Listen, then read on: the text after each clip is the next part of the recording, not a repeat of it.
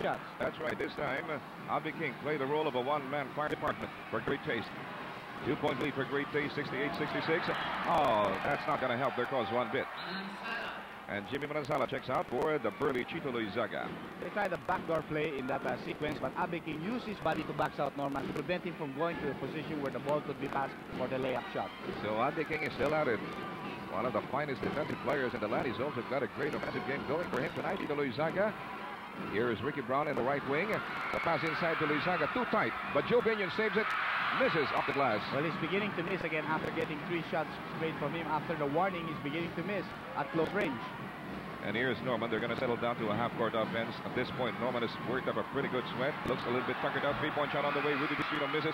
B-Boy Navanes pulls down the offensive rebound. And one more franchise in the basketball for the ice cream makers. Fresh 25 seconds on the clock. 3-point shot again by Rudy. And this time he finds the bullseye. Magnolia is on top by 1 on another 3-point shot by Rudy Distrito, the same way it was in the first quarter. If at first you can't succeed and all that, Yes. 1-point lead for Magnolia, 69-68. That's their first taste of the lead in a long, long time. The last one was actually a 2-0 in the first few seconds of the game. And look at this unproductive pass by Great Taste with a traveling error called on Dante Gonzalgo. Yes, that play. Traveling violation. We have a timeout. We'll be back.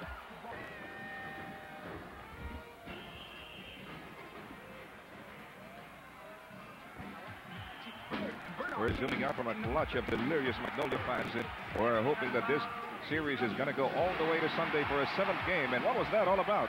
There was a technical foul called by Dr. Tim Cruz against Binion, as Binion went to him during that break asking some questions and finally getting the ire of Dr. Cruz, who gives him a technical foul. Well, Joe Binion just can't seem to leave well enough alone. He's getting hot under the collar, and those technicals are not helping them one bit.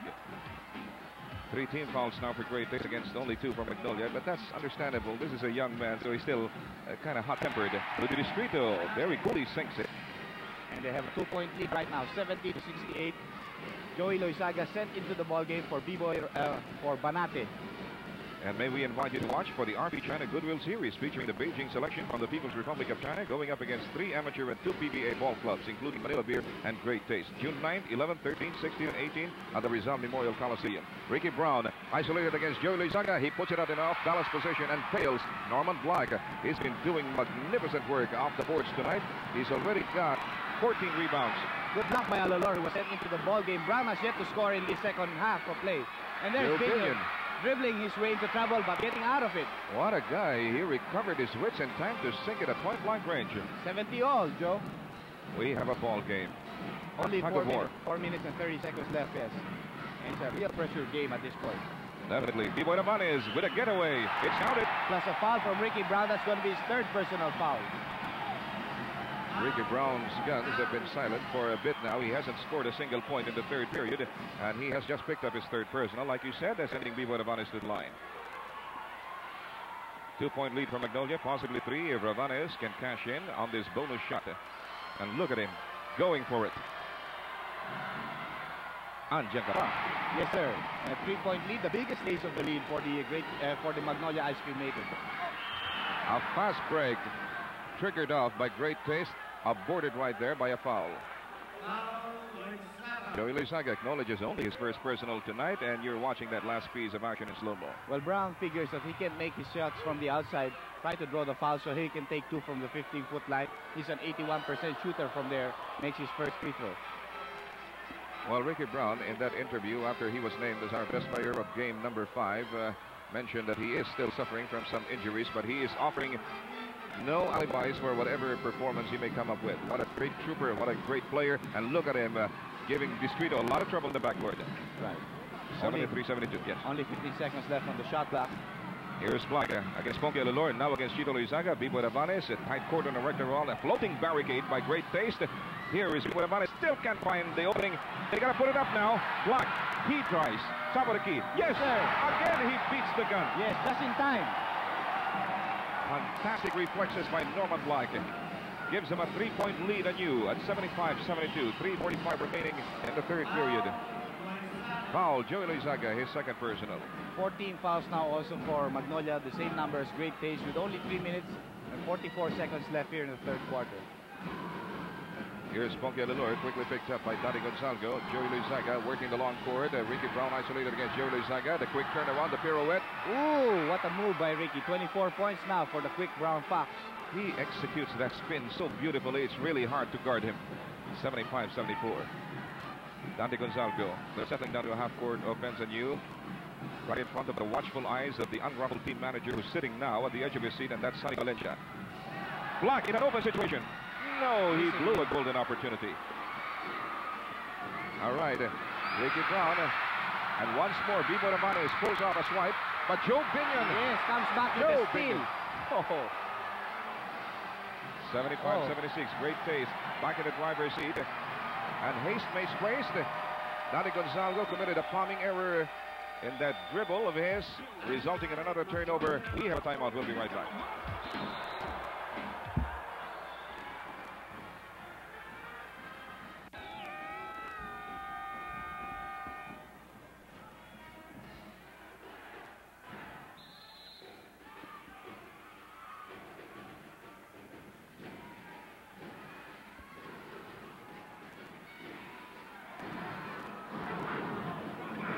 2:51 remaining in the third period. Ricky Brown finds Chito Luizaga inside the paint. He whirls off Saldaña and misses. A poise of limbs reaching for the rebound. Dante Gonzalgo prevails. And the Magnolians are on the attack. They're looking to regain the lead. Let's see if they can hit pay dirt here. Pressure basketball being played magnificently by some of the finest practitioners of the art in the country. Here's Norman Black, fouled the drive by Ponke Lelure. Yes. Only the 15 foul called against Great Taste. 4 against Magnolia. Great Taste on top by 1 right now. 76-75. Marty Saldaña, as usual, against Ricky Brown. And Joey Luizaga jockeying for position. Willie Pearson is having a hard time keeping in step with the ever-active Joey Luizaga. Here's Dante Gonzalgo. Bibo Rabanez at low post. Norman Black asks for the pass. Okay, the quick turnaround. Not this time. Tapped by Bibo Rabanez, intended for Dante Gonzalgo. It was a little bit too late. Yes, it went haywire. All right, here's Ricky Brown pulling up. The surprise shot again. Well, he used the high pick of Joe Binion, passed his man. Norman didn't switch off, and Ricky had a free shot. It's a more comfortable lead now for Great Taste. A three-pointer, 78-75. Chito Luizaga with a little play acting there. But he shouldn't have done that, leaving Norman Black open for that shot. And a struggle for the loose leather results in... Good call by referee De La Cruz. Last touch on Alalor in that play, very clear, and Magnolia will keep it. Bibo Rabanez, as usual, doing the honors from the left sideline. Toto De La Cruz making sure that everything is in order. He spotted a wet spot towards the left side of Magnolia's side of the floor. And the Montman is doing his thing right now with 1:48 remaining in the third chapter. Marty Saldaña, a very cerebral floor leader. Oh, he takes a surprise shot from the three-point region and misses. Chito Luizaga boxing everybody out of the rebound. And look at Ricky Brown. Deft ball handling, Marcus Haynes style. There's some of his dexterity in dribbling. Huh? Fantastic. Pick set up by Joe Binion. Now Binion doesn't know what to do with the ball because Brown gave it right back to him. He lost it. Bibo Rabanez. Good pass to Saldaña. He's going to go for the cookie. He doesn't get it. Rabanez is right there. There's a foul on Alalor before the follow-up of Rabanez. That will send Marty Saldaña to the 15-foot line. 78-75. They're fighting it out tooth and nail. Let's watch that last sequence again in slow-mo. And you saw the foul on Saldaña. Saldaña has not scored yet in this ball game, so he's tried to take his first 2 points via the 15-foot line. One good way to get it, but he misses the first. His shooting arm didn't come with him to the Ultra tonight. Can't really tell, you know, the guy might still be suffering from the fever that he had just last week, you know. And he makes his first point of the ball game. He has cut down the lead to only 2 right now. That's absolutely true. He played heroically in game number 4, actually, coming out of the hospital. 78-76, just a 2-point lead for Great Taste. And the second another violation called against Magnolia there, which will net a technical foul against the Magnolia ice cream maker. Saldaña was more than 6 feet away from his man Joey, and he was looking at the ball.